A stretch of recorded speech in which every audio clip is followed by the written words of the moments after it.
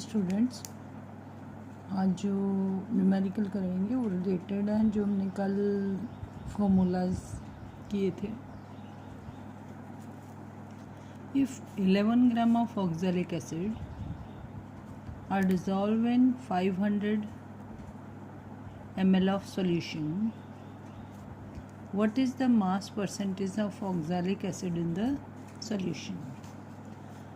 आपने इनको एक बार अच्छी तरह से वीडियो में देख के साथ साथ इनको कॉपी करना है, कॉपी नहीं करना है, डायरेक्ट मतलब कि खुद सॉल्व करना है, जिससे कि आप अच्छी तरह से इस टाइम को यूटिलाइज़ कर सको और आपका लेसन भी अच्छी तरह से क्लियर हो सके।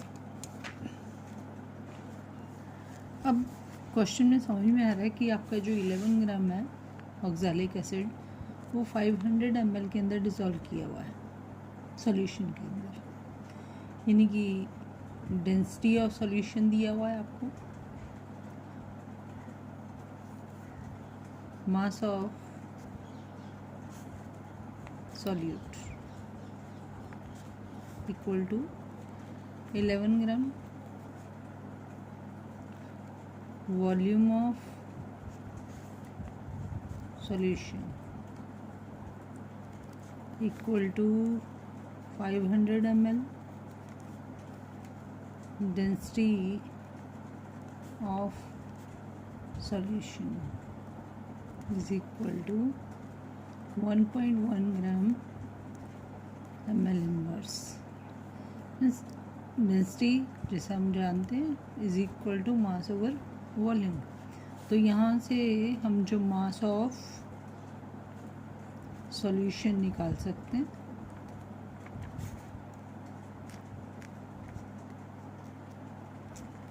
Is equal to D into V. D means density, density कितनी है 1.1 और वॉल्यूम कितना है 500 ml, यानी कि 550 gram, mass of solution is 550 gram. तो जो फॉर्मूला है उसमें क्या था, mass percentage W/W is equal to mass of solute divided by mass of solution into 100। अब मास ऑफ सोल्यूट जैसा हमें क्वेश्चन में पता है 11, मास ऑफ सॉल्यूशन जो अभी हमने कैलकुलेट किया इंटू 100, 0 से 0 कैंसिल होगी, कितना आ गया 2%। तो कितना इजी सम है जो हम कैलकुलेट कर सकते हैं। आपने जो नोट्स बनाए हैं उसमें ये कॉन्टीन्यूटी में रखना है। मैं आपको बिल्कुल एनसीईआरटी पेज के अकॉर्डिंग ही पढ़ा रही हूँ और इसमें कुछ क्वेश्चन एनसीईआरटी के, मैक्सिमम क्वेश्चन आपके एनसीईआरटी के कवर हो रहे हैं। तो आपने साथ साथ इसको करते जाना है जिससे कि आपको कोई प्रॉब्लम नहीं आएगी सॉल्व करने में। नेक्स्ट क्या चीज़ है,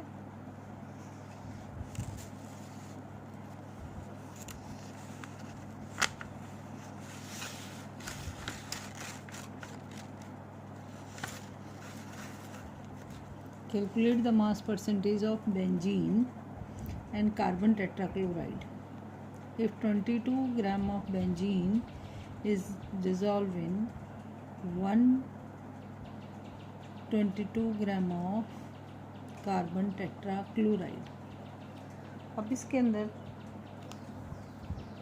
आप जैसा देख रहे हो कि दो दो चीज़ें आपको दे दी हैं, दो सॉल्वेंट आपको दिए हैं, तो दो सॉल्वेंट आपने देखने हैं, मास परसेंटेज और बेंजीन निकालनी है। अब आपने जब सॉल्यूशन बनाया तो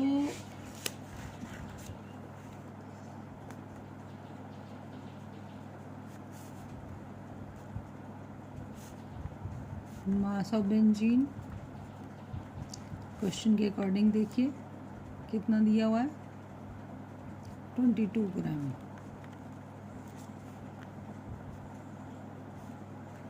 मास ऑफ कार्बन टेट्राक्लोराइड कितना दिया हुआ है 122 ग्राम, यानी total mass of solution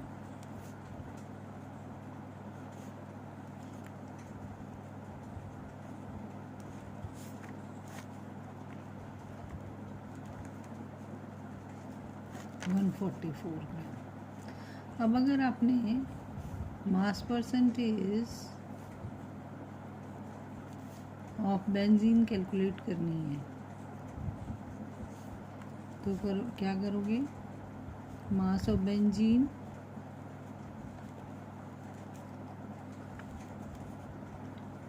mass of solution into 100। Mass of benzene कितना है 22, सॉल्यूशन कितना है 144 इंटू 100 1172। तो अगर आप कैलकुलेशन करते हो अब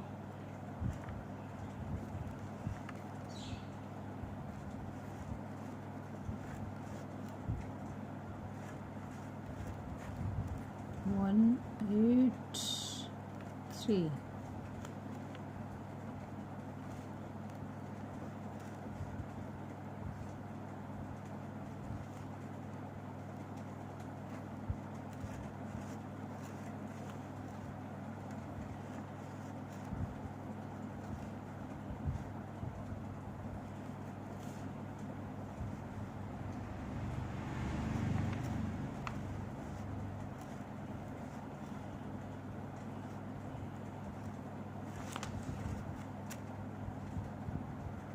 approximately 8, तो 15.28%।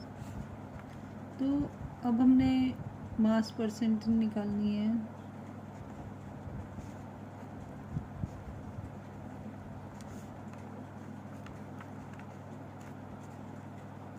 CCl4 की, अब हमारे पास ये बाइनरी सॉल्यूशन है। बाइनरी मीन्स दो कंपोनेंट का बना हुआ है, तो हर एक चीज़ कितने हैं 100% होती है, तो हम 100 में से क्या करेंगे माइनस कर देंगे 15.28 को।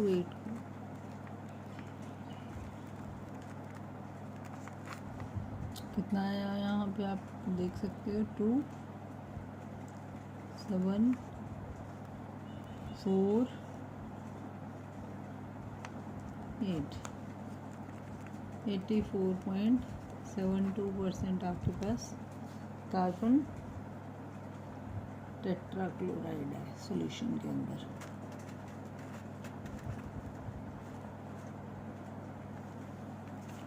तो आप इजीली इनको कैलकुलेट कर सकते हो।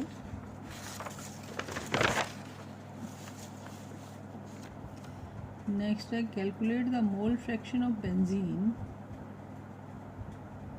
in solution containing 30% by mass in carbon tetrachloride। इन दोनों ही चीज़ों के अंदर आपको क्या क्या चाहिएगा, number of moles of benzene, number of moles of carbon tetrachloride. ये भी आपके NCERT का ही क्वेश्चन है। अब अगर आप देखो तो क्या समझ में आ रहा है कि 30% दिया हुआ है, तो मास ऑफ सॉल्यूशन कितना बनेगा 100%, 100 ग्राम। तो मास ऑफ बेंजीन 30 ग्राम, तो मास ऑफ CCl4 कितना बन रहा है 70 ग्राम। अब हमें दोनों के लिए क्या क्या चाहिए, नंबर ऑफ मोल्स कैलकुलेट करने हैं तो मोलर मास चाहिए। अब एक साइड हम number of moles, molar mass of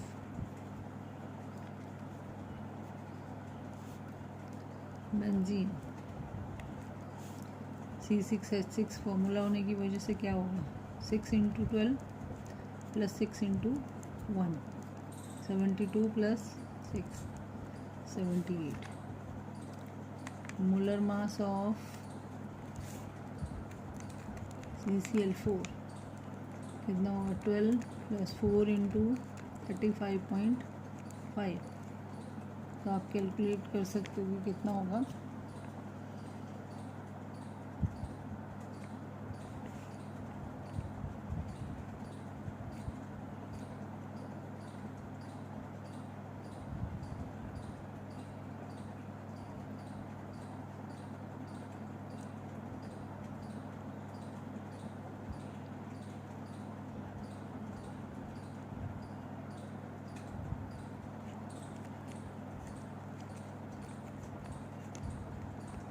one sixty four और 154, 154। ये मोलर मास निकल गए। नंबर ऑफ मोल्स किसके, बेंजीन के। किस तरह से निकलेंगे, मास ओवर मोलर मास। मास कितना 30, 78। तो आप कैलकुलेट कर सकते हो इसको, क्या निकलेगा, 0.385 मोल इनवर्स। सेम टाइप से यहाँ पे number of moles of CCl4, मास कितना, 70, 154। Calculation 0.455 mole inverse. अब जिस भी चीज़ का आपने मोल फ्रैक्शन निकालना है, मोल फ्रैक्शन ऑफ बेंजीन, उसके नंबर ऑफ मोल्स कहाँ रखने पड़ेंगे आपको, ऊपर।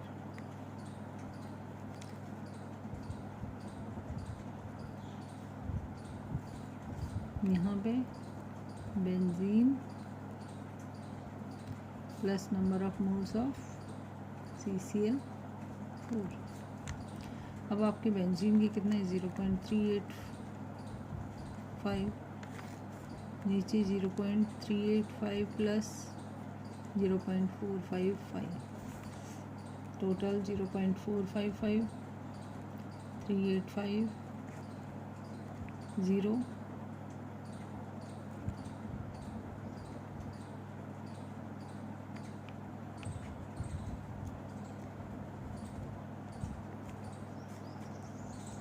0.385 एंड 840। आपने पॉइंट से पॉइंट कैंसिल कर दिया। आप कैलकुलेशन करते हो तो इसका आंसर आता है 0.458।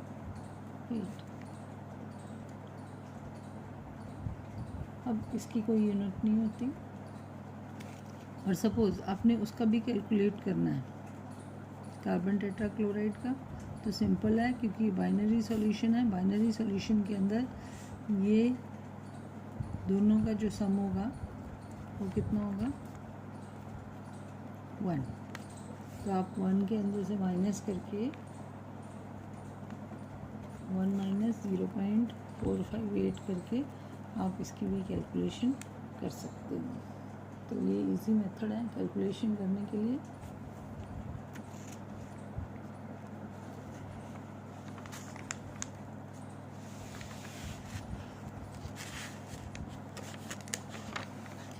Calculate the molarity of each solution. A part, ये सारे आपके NCERT बुक के क्वेश्चंस हैं। 30 gram of carbon cobalt nitrate, hydrated cobalt nitrate in 4.3 litre of solution. अब आपने मोलैरिटी निकालनी है।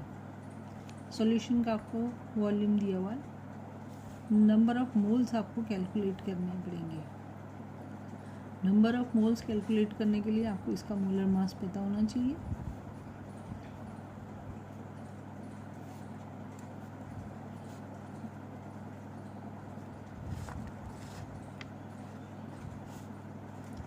30 ग्राम आपको दिया हुआ है। वॉल्यूम ऑफ सॉल्यूशन भी आपको दिया हुआ है। तो आपने मोलर मास निकालना है। Molar mass of CONO3 whole twice dot 6H2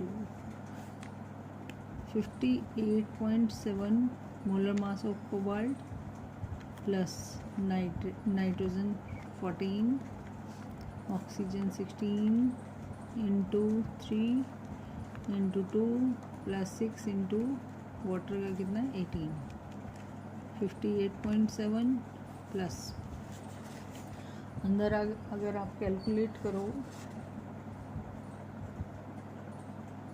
तो कितना बन जाता है।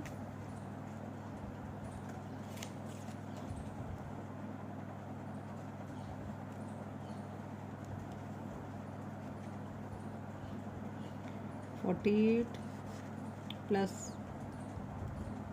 14 62 into 2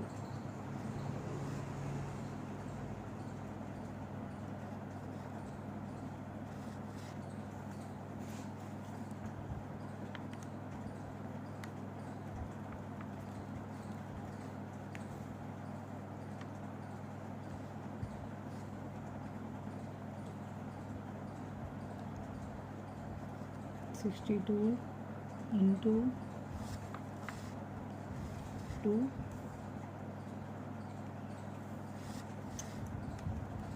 58.7 plus 68 into 2 4 120। अब आपने जो कैलकुलेशन करनी है वो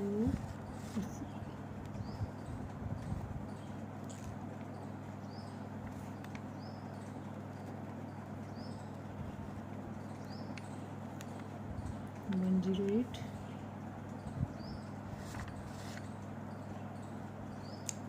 प्लस 58.7 ये बन गया आपका टोटल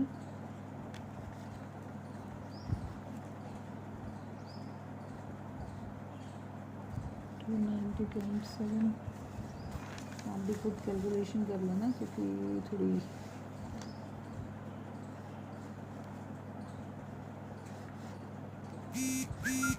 तो इतना ही बनता ग्राम मोल इनवर्स।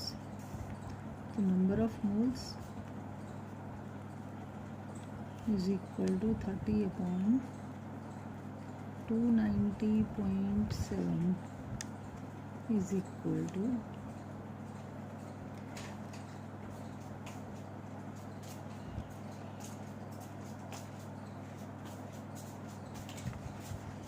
सिलेंडर खत्म हो गया। सिलेंडर खत्म हो गया। 0.1032 मोल इनवर्स।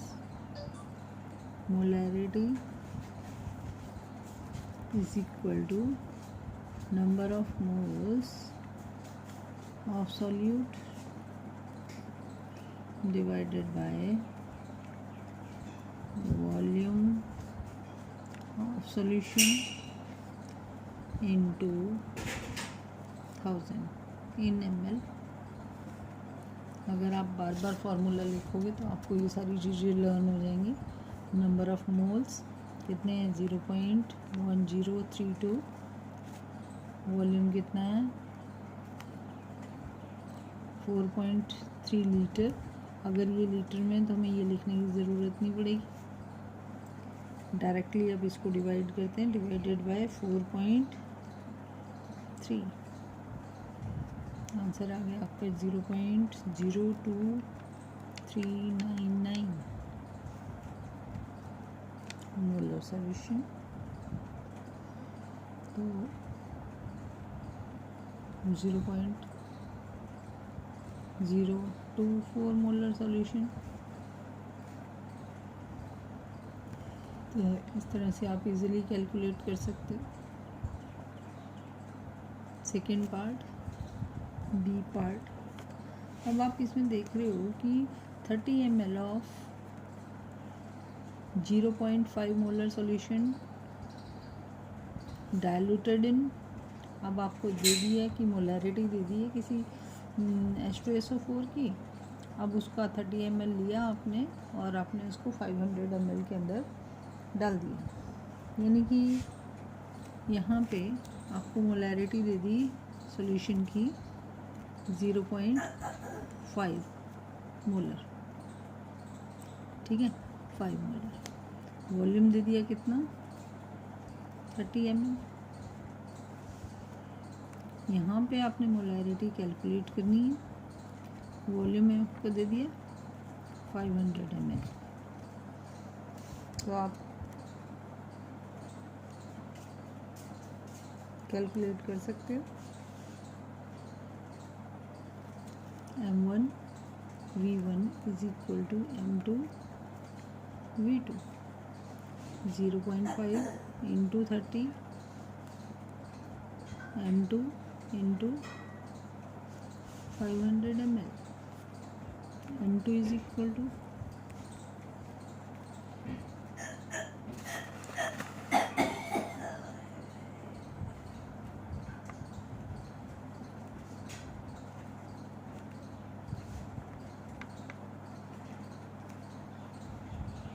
0.3 मोल्स। तो इस तरह से आप इजीली इसको कैलकुलेशन कर सकते हो। कैलकुलेशन बहुत इजी है, हम इजी से टफ की तरफ चलेंगे, जिस तरह से कि आपको थोड़ा कंफर्टेबल फील हो। तो ये 4 न्यूमेरिकल है, वैसे मेरे पास 30 मैंने लिखे हुए हैं। पहले मैं आपको यही वाला भेज देती हूँ।